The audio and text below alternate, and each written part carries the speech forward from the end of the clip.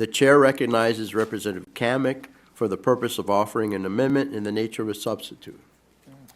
Thank you, Chairman Bilirakis. I have an amendment at the desk.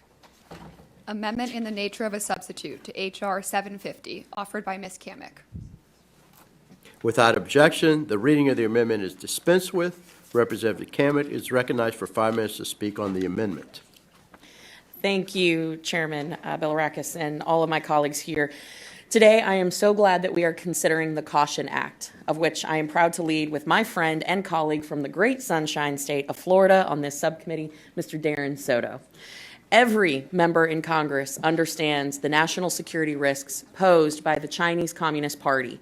The CCP has very publicly stated their goal to undermine U.S. leadership in the world, and part of that mission involves international espionage efforts against the United States government, our citizens, and our allies. A critical part of this operation is a massive data collection on American citizens across the country through a variety of methods, which includes TikTok. What many Americans across the country view as an innocuous social media app filled with fun dances, filters, and trends is in fact a method by which the CCP is collecting information on all users. TikTok, which is owned by ByteDance, a privately held company that is headquartered in Beijing, is actually not a private company. People must be reminded that the so-called private companies in China are actually required by law to turn their user data over to the CCP. In short, the government owns them, and by extension, everything that they collect data on and their users.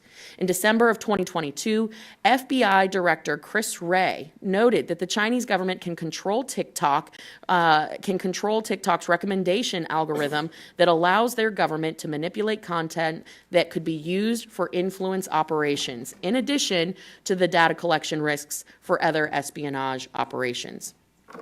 On December 29th, 2022. Recognizing these security risks of TikTok, the President signed into law No TikTok on Government Devices Act, which prohibits TikTok from being downloaded or used on any device issued by the United States government or government corporation.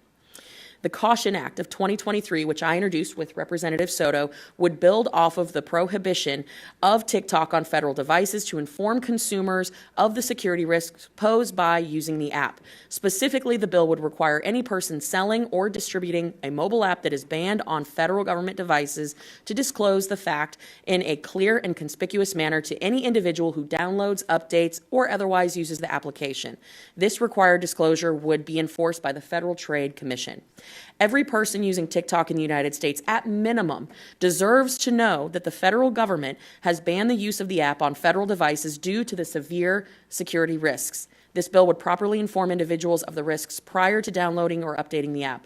Again, I would like to thank Mr. Soto for helping lead this effort with me, and would like to thank Chairman Bilirakis for considering this bill in today's markup. I encourage all members of the subcommittee to support it, and with that, I yield back.